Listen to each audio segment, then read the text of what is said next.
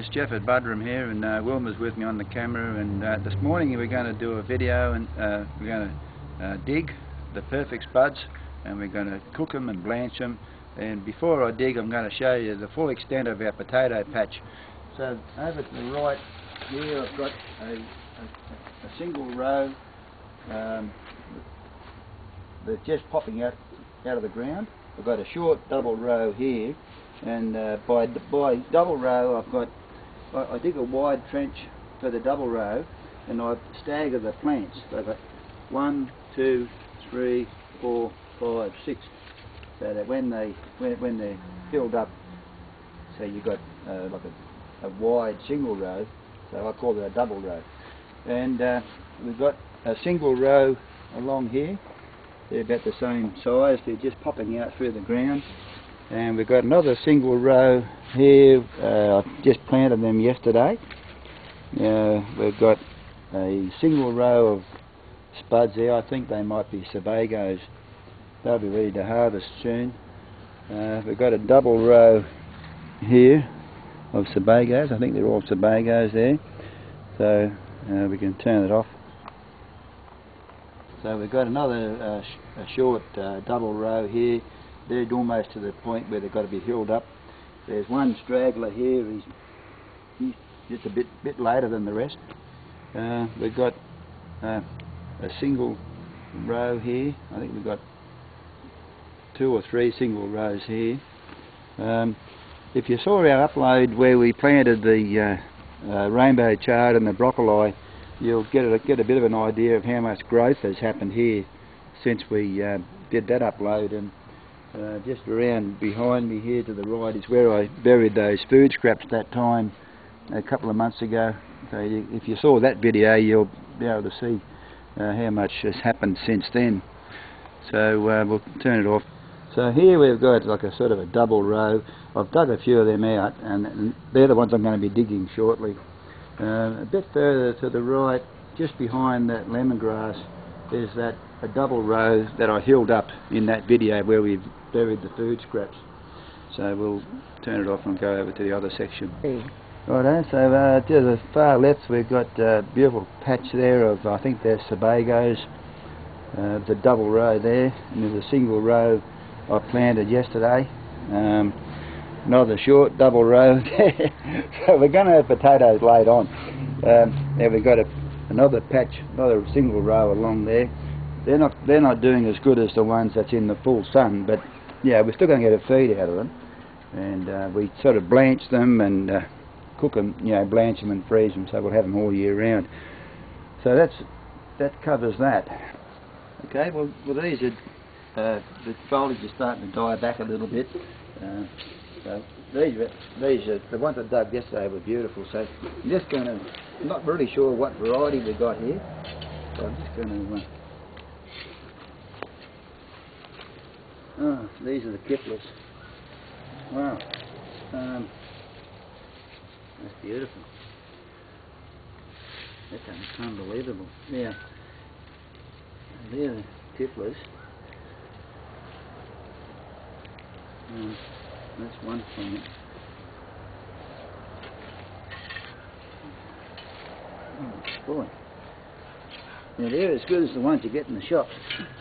Now this other plant here, it could be Kipplers also.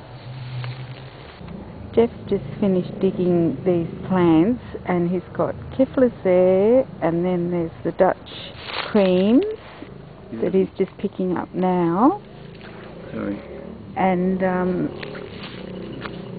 over here he's got the more Kipplers and some Desiree potatoes, and they're beautiful potatoes, nice and big too. Okay, so we're back inside with these spuds. Now these are the perfect spuds, as I mentioned. This is from 5 plants. So we've got the Desiree here. I actually dug one 2 days ago, and there was double that much, or even triple that much of one Desiree. These are the Dutch cream, and that's 3 Kipler plants there. So as you can see, we're using from the biggest to the smallest. So even our little ones here, we use those.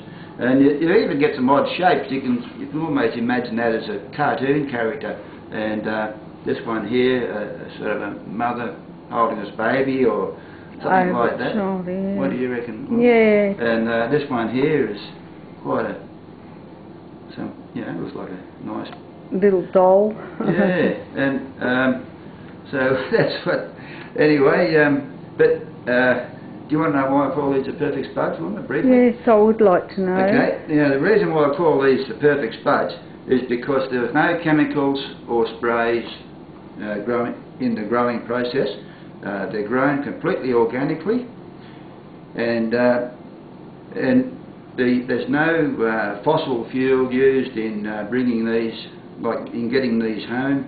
A lot of the spuds you buy at the shops, they're they're transported long distances before they get to the market, and then you don't know how long they're held on the shelf for, or in cold rooms.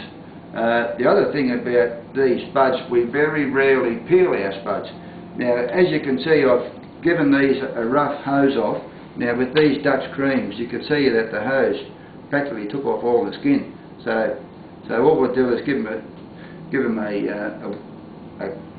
rough wipe, rough clean, and we'll be dicing these and blanching them, and we're going to cook up some what we call the perfect spuds. 6.5. Now we'll come over here a bit more. Now, even though we've got heaps in the garden, I couldn't resist going down and buying some more spuds. Now these are the Keflers. Now I've got these because they had beautiful sprouts coming off them, and I just can't resist. And now these are the ones I haven't dug any of those. These are the pink eye potatoes. These are the Keflers, and the pink eyes are one of the best potatoes you can get. So I've got about 8 of those, and I'm going to plant them shortly. I'm going out to sea this afternoon, so I'll probably plant them when I get back home again. So we'll come back when we get to the next stage. Okay, so I'm just cutting these, the smaller ones up into small pieces here so I can cook these perfect spuds. I'm going to take them out fishing with me and maybe leave some for Wilma. And I'm going to cut the other ones up, so I can blanch them.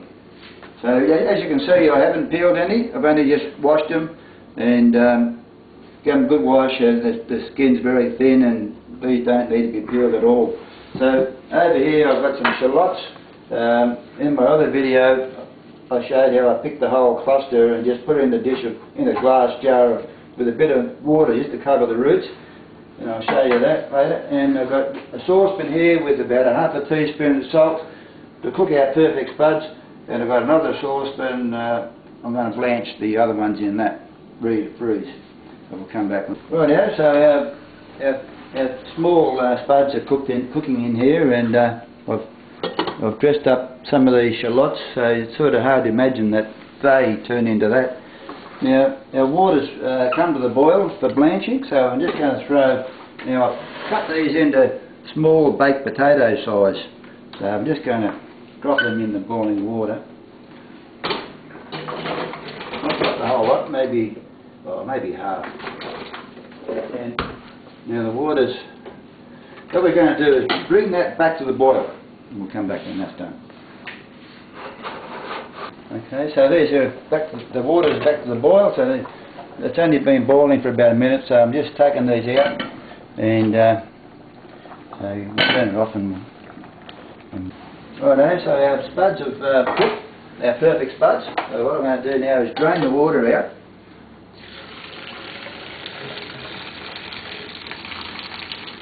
Now I've got those shallots cut up, and I've got a bit of basil pesto ice block. Just going to put that in there. And I'm going to leave it on the heat for about another minute. I'm just going to put a drizzle of olive oil in.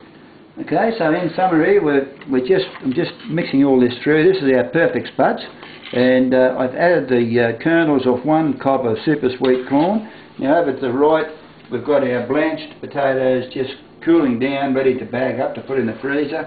And so this is what I call the perfect spuds. This lot here. But there's. Okay, we need to go now. Okay, all the best. Bye.